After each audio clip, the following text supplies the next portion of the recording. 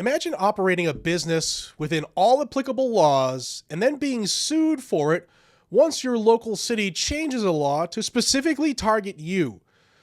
Like they sue you the literal same day the new unconstitutional law passes, and then you lose.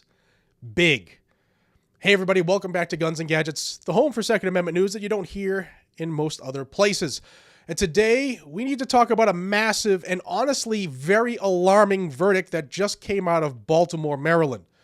A jury has just hit a gun shop with a $62 million penalty in what's being called the biggest lawsuit of its kind against a gun dealer in U.S. history.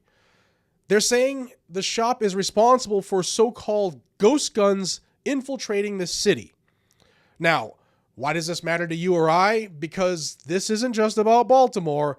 This verdict could set a very dangerous precedent that anti-gun groups will try to copy in cities across the country. Let's break it all down. So here's the story. A jury in Baltimore ruled against Hanover Armory, a gun shop in Maryland, ordering them to pay $62 million in damages to the city. And I forgot to mention, the city of Baltimore teamed up with the Brady gun control group for this. Their claim that Hanover Armory flooded Baltimore with untraceable firearms, what the media loves to call ghost guns. Now keep in mind, the city originally only asked for $30 million. So the jury more than doubled that. That should tell you how stacked this trial was against the gun dealers. Now back in 2022, Maryland passed a law banning so-called ghost guns, making unfinished kits and parts fall under the same rules as firearms. Remember, you have been able to build your own firearm in this country since before this became a country. It's something we could always do. And at the time, Baltimore officials pointed to rising numbers of privately made firearms recovered by police. They went from just 9 in 2018 to 324 in 2021, and by April of 22, they claimed that they had seized 131 in just 4 months. So the city decided to sue both Hanover Armory and the then big kit manufacturer Polymer 80. Now, Polymer 80 settled early for about $1.2 million and then later shut down. Hanover Armory decided to fight in court, and now they've been hit with this record-breaking verdict. Neither Maryland nor the federal government treated unfinished frames and receivers as firearms, so both Polymer 80 and Hanover Armory were operating within the bounds of the law. Now here's something you don't usually hear. Where's this $62 million supposed to go? Well, according to reports, the money would be funneled into an abatement fund to support 3 community organizations in Baltimore that deal with violence prevention. You been to Baltimore? These groups aren't preventing jack shit, but they're going to get all kinds of money to pretend they're doing it again. Just money laundering.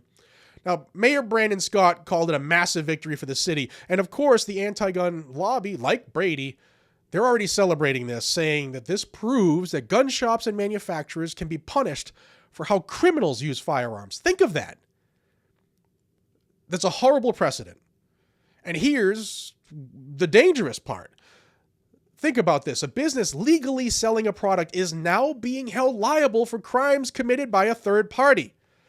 This isn't just about one shop in Maryland, guys and gals. This verdict will embolden other cities to go after gun dealers, kit sellers, and even accessory manufacturers.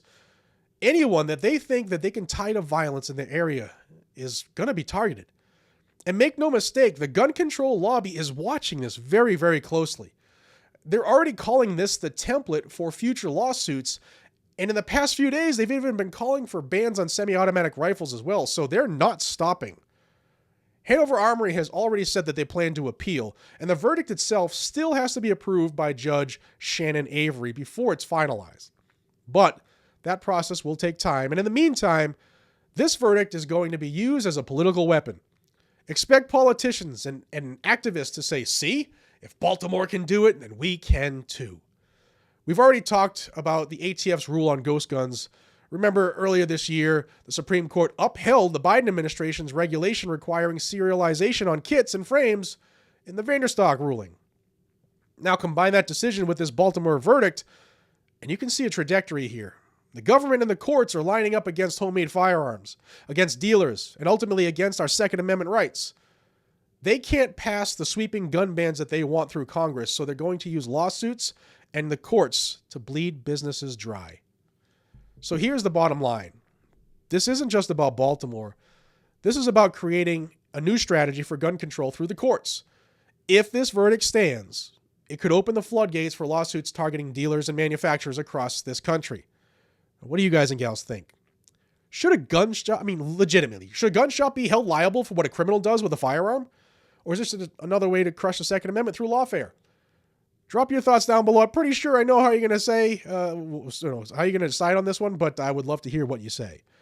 Make sure you hit that like button and share the video so that folks know what's really going on, and subscribe to Guns and Gadgets for more 2A news that you're not going to hear anywhere else.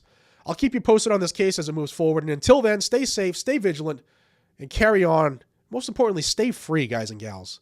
These are our rights, and we're not giving them up for anybody.